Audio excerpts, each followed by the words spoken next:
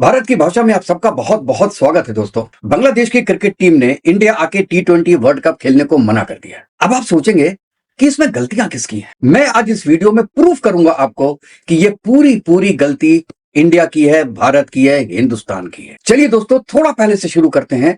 हम चलते हैं 1971 में। तब आपने सबसे बड़ी गलती की, आपने डीएनए पहचानने में गलती की। जब वेस्टर्न पाकिस्तान के लोग ईस्ट पाकिस्तान की लेडीज का रेप कर रहे थे, उनको मार रहे थे, आप क्यों बेवजह पहुंच गए उनकी हेल्प करने के लिए इंसानियत के नाते? अरे हेल्प तो इंसानों की जाती है। चलिए आप पहुंच गए, आपने एक पूरा देश बनवा दिया और उस देश को आपने खुला साड़ की तरह छोड़ दिया।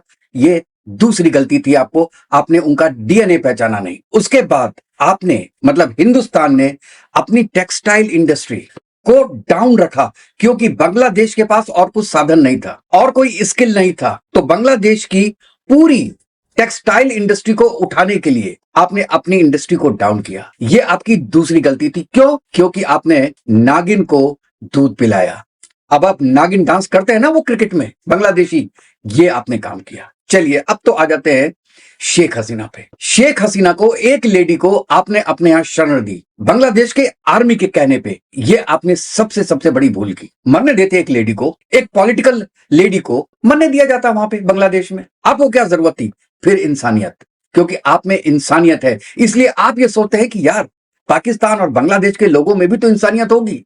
ये आपकी सबसे बड़ी गलती थी। उसके बाद जो एजिटेशन हुआ, स्टूडेंट एजिटेशन हुआ पूरे बांग्लादेश में, उसमें आप चुप रहे। आपको पता था ये पूरा सीआईए करवा रही है, फिर भी आपने कुछ नहीं बोला। ये भी आपकी गलती थी। और उसके बाद बांग्लादेश में हिंदुओं के अगेंस्ट में एक तहरीर चली, 16 हिंदुओं को मार दिया गया आज तक, और आप चुप हैं।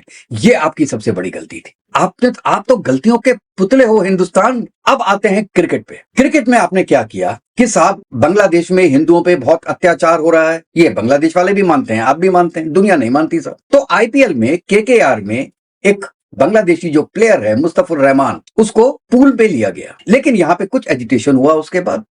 अब ये देखिए, IPL is part of India, it is not ICC, it is BCCI, under BCCI.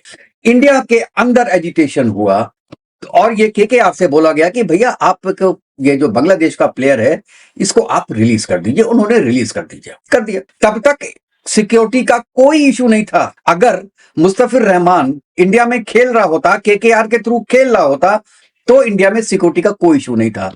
With in 2 hours issue हो गया सिक्योरिटी का कि बांग्लादेश की टीम इंडिया में नहीं आके खेल सकती, क्योंकि इंडिया में सिक्योरिटी इशू है।